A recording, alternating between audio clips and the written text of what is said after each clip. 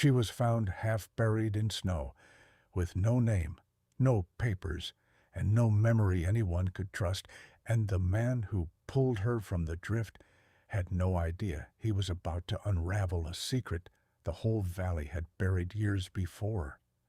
His name was Elias Cross, a solitary mountain hand who kept to himself and to his cattle, high above the town of Solace Ridge, Colorado Territory, in the winter of 1887. He had little in this world, a cabin, a horse, and a rifle he rarely needed. But on that night, riding home through a storm that had no business being so cruel, he found a woman collapsed against a boulder, her shawl frozen stiff, her lips blue, her breath a whisper.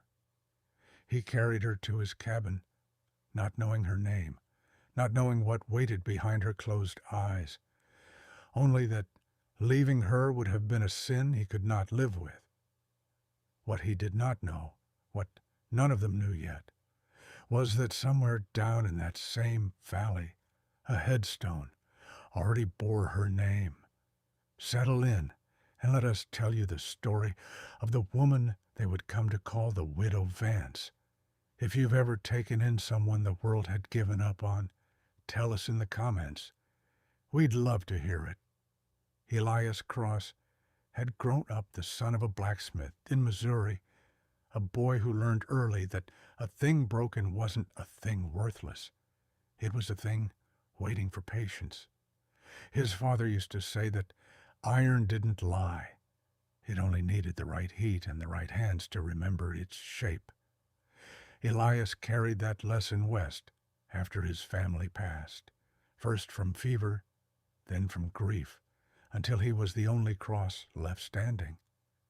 He drifted through mining camps and cattle drives, never quite settling, until Solace Ridge, a modest gathering of homesteads tucked beneath granite peaks, gave him work tending a rancher's herd through the high pastures.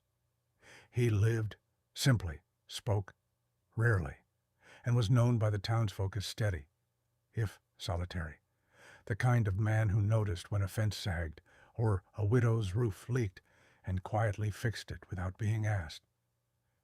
It was that same quiet attentiveness that made him look twice at the shape in the snow that night when a lesser man might have ridden on, assuming the storm had already decided her fate.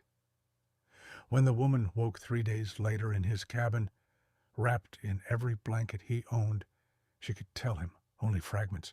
A husband lost to a mine collapse years before, a walk she did not remember beginning, a name that came to her slowly, uncertainly, as though borrowed. Miriam. Miriam Vance. She said the name the way a person says a word in a foreign tongue, testing its weight. Elias brought her down to Solace Ridge once she could stand, and the town, starved for a bit of grace amid a hard winter, folded around her like family. The Reverend's wife gave her a dress. The general store owner extended her credit without asking. And slowly, over weeks, Miriam Vance became known as the gentle widow who had wandered too far from a dead husband's memory and nearly paid for it with her life. She sewed, she healed the sick with herbs, she seemed to know by instinct. She taught the schoolhouse children their letters when the schoolmarm fell ill.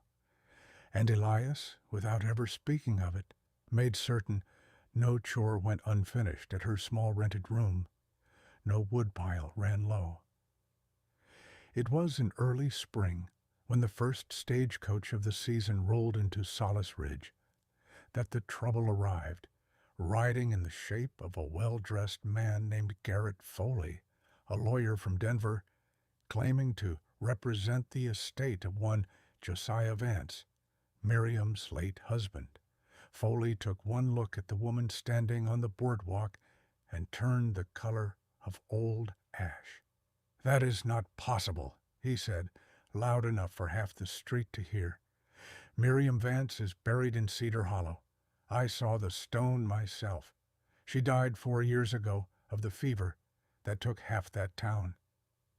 The words fell over Solace Ridge like a stone dropped into still water, and every kind assumption the townsfolk had built around her began to ripple and crack.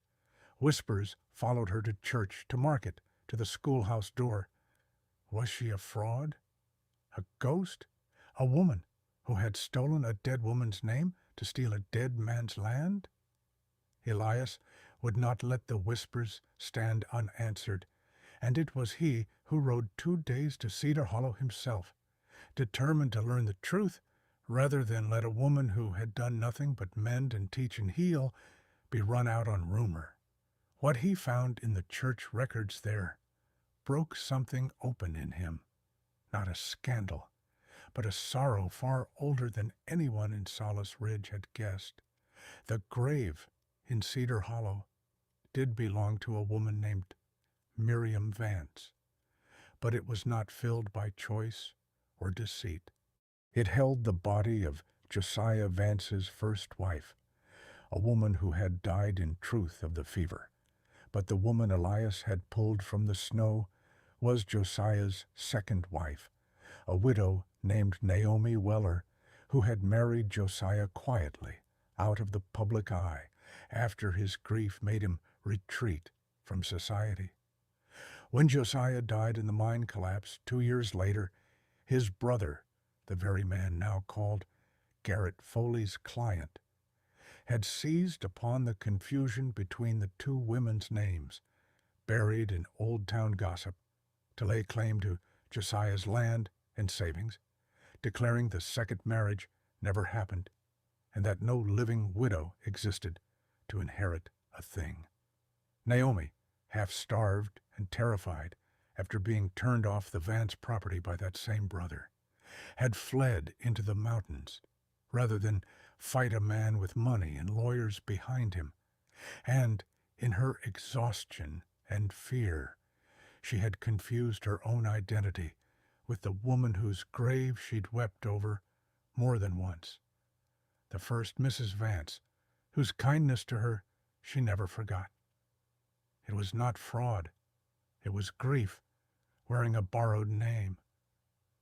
When Elias returned to Solace Ridge with the truth and the church ledger to prove it, Garrett Foley's client, Josiah's brother, a hard man named Silas Vance, arrived not long after, expecting to finish what he'd started and drive the widow out for good, painting her still as an impostor before the whole town gathered at the courthouse steps.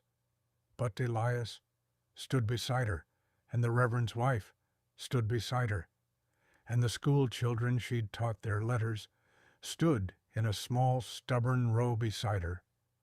And when the county clerk read aloud the marriage record Elias had carried 2 days through the mountains to retrieve, Silas Vance's certainty crumbled in front of the very neighbors he'd hoped would side with money over truth. The land and modest savings Josiah had left behind were awarded at last to the woman who had earned them through grief and years, not the man who had tried to erase her with a headstone that was never hers. Naomi, for that was her true name now, spoken openly and without shame, did not keep the small fortune for herself. She used it to rebuild the schoolhouse roof that had leaked all winter, to restock the Reverend's dwindling relief fund for families hit hardest by the cold months, and to pay, quietly and without ceremony, the debts of neighbors who had extended her kindness before they knew her name was even true. Solace Ridge, which had nearly cast her out on a rumor, found itself instead rebuilt in small, steady ways by the very woman it had almost turned away.